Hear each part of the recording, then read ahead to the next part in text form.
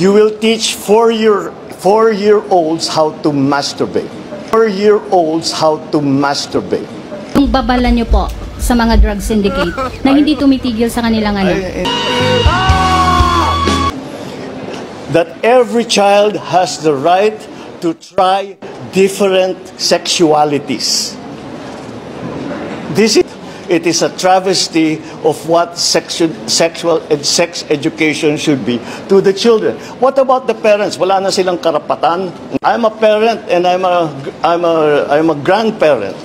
So I feel very strongly about this. So let me be very, very clear. I still believe that sex education, in terms of teaching kids the anatomy of the reproductive systems of male and females, is extremely important.